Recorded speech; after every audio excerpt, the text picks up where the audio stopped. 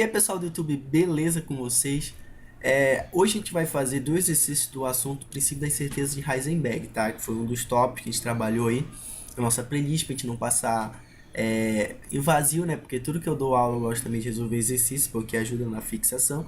E em tese, galera, essa aqui é a última aula da playlist atomística, tá? A gente tivemos aí uma ótima playlist, tá, gente? Diga-se de passagem, eu não trabalhei apenas o básico, que é dado no ensino médio, como lá modelo atômico de Dalton, Thomson, Rutherford, Bohr. Eu trabalhei o princípio da incerteza, trabalhei dualidade contra partícula, modelos atômicos não obrigatórios, como de Sommerfeld, Philippe Lenné, Antaro Nagaoka. Então, gente, teve até o modelo quântico, eu dei uma base para vocês. Então, a playlist está muito completa.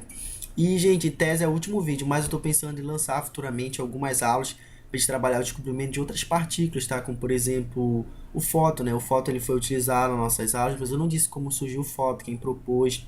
O meson, né? O meson teve no surgimento dessa partícula até a contribuição de um brasileiro, sabe, gente, chamado César Light.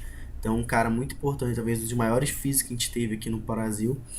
Teve também o pósitron, né, gente, que é o inverso do elétron. Então, existiam muitas partículas que não são faladas no ensino médio, mas que eu acho bacana vocês saberem. Mas não estou prometendo, tá? Mas posso que a gente tenha mais aulas disso futuramente. Então, vamos lá, gente. Vamos resolver aqui duas questões. A primeira aqui do Rio Grande do Norte. Falar, a concepção atual do átomo é de que o mesmo é composto por um núcleo rodeado por uma nuvem de elétrons que não pode ser localizado com precisão absoluta. Este fato está diretamente relacionado ao princípio da exclusão de Pauli, à teoria da relatividade restrita de Einstein, a dualidade de outra partícula ou o princípio da incerteza de Heisenberg. Gente, é claro, né, gente, que a resposta é D de doido, né, gente? Sempre é D de doido. Por quê? Esse fato de a gente não poder localizar o elétron com precisão, e só foi surgir no princípio da incerteza de Heisenberg, que, salvo engano, foi de 1927. Então ele disse que a gente não pode saber basicamente onde o elétron está com precisão, e também não podemos saber para onde ele vai com precisão, tá? Aí surgiu o princípio da incerteza. A gente não sabe basicamente aonde está o elétron. Só o fato de eu medir, eu vou alterar essas características, tá? E isso também é um comportamento quântico. A gente até consegue medir, mas no mundo quântico as coisas são assim. Então, gente, claro aí que é o princípio da incerteza de Heisenberg a resposta, tá? Os outros aí estão totalmente errados. Então, segunda questão aqui fala lá: uma bola de futebol tem massa de 0,45 kg e move-se com velocidade de 20 metros por segundo. Supondo que a quantidade seja determinada com uma incerteza de 2%, de acordo com o princípio da incerteza, determine a incerteza ao medir a posição dessa bola. Dado que a constante de Planck dividida por 2π é igual a 1,1 vezes 10 a menos 34 joules por segundo. Gente, esse dado aqui, esse π, a constante de Planck dividido por 2π é a mesma coisa lá que o h cortado dividido por 2, tá?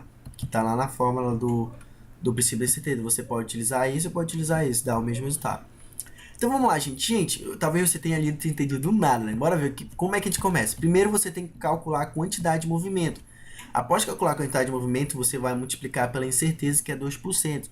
E após fazer isso, você vai lá e mede a incerteza em relação à posição. Então vamos lá, começando. Primeiro tem que calcular a quantidade de movimento dessa bola aí. A quantidade de movimento, o P, ele é dado pela multiplicação da massa vezes a velocidade. Então, pegando aí a massa, que é 45 kg, que está bem aqui, vezes a velocidade, que é 20 metros por segundo. Calculando isso, você vai ter a quantidade igual a 9 kg metro segundo. Então, essa é a quantidade de movimento dessa bola de futebol. Mas ela está com uma incerteza de 2%, então você tem que calcular em relação a essa incerteza. Então, você pega o que e multiplica simplesmente por 2%. 9 vezes 2% vai dar um total de 0,18 kg metro segundo. Então, essa aqui é a quantidade de movimento com uma incerteza de 2%.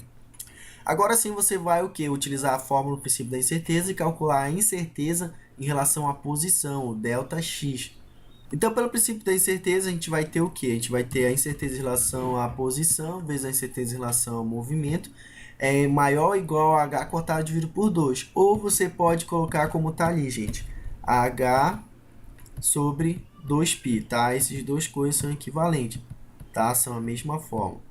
E a questão te deu o resultado aqui em cima, que é 1,1 vezes 10 menos 4 joules por segundo. Então, substituindo o dado, gente, você vai querer o quê? Você quer calcular a incerteza em relação à posição. Você já calculou a incerteza em relação ao movimento, a quantidade de movimento, que é 0,18. Isso vai ser o quê? Maior ou igual ao dado que ele deu aqui em cima, que é 1,1 vezes 10 menos 4 joule por segundo, que nada mais era que o H cortado dividido por 2, ou a constante de Planck dividido por 2π. Então, passa aqui multiplicando e o cálculo vai dar o quê? O total a incerteza em relação à posição vai dar o quê? 6,1 vezes 10 a menos 34 metros. Olha só como é pequeno, tá, gente? Muito pequeno mesmo, tá bom? Então, dá esse total aí. Então, pessoal, esse é o vídeo de hoje. Espero que vocês tenham gostado. Vejo vocês aí, talvez, nos próximos vídeos, se eu fizer. Ou se não, a gente vejo vocês na tabela periódica, tá? Nossa playlist aí que a gente vai começar. Forte abraço a todos. Gente, lembrando, todos esses exercícios estão resolvidos com comentar no nosso material aí de atomística, tá? Basta procurar aí no canal. Valeu, galera. Falou.